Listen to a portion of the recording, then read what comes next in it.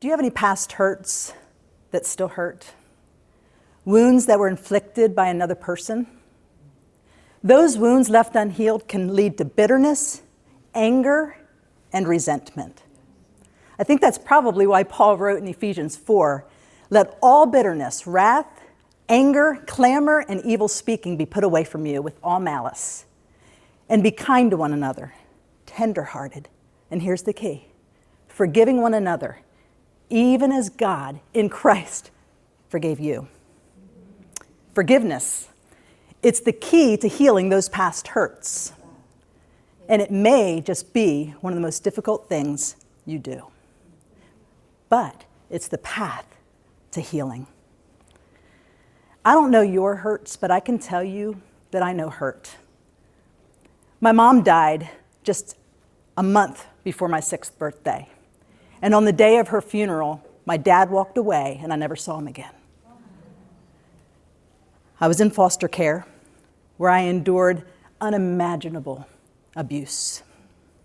I was separated from my 3 sisters. I was adopted only to be abused by the very mom who chose me because I didn't measure up to the daughter that she dreamed of her whole life. I know hurt, and I buried that hurt for decades. I was a professional coper. But ladies, God never intended for us to just cope with life.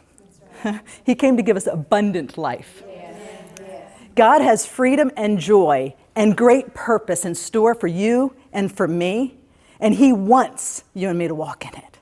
But as long as we're holding on to unforgiveness, we will never experience that freedom and that joy.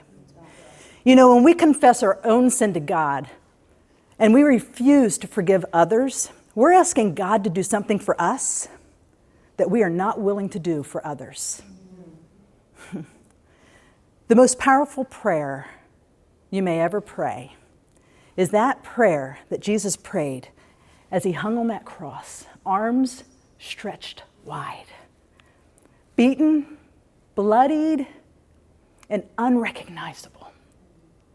He looked out at the crowds and He said, "Father, forgive them. They do not know what they are doing." This prayer is the key that unlocks the door to God's healing.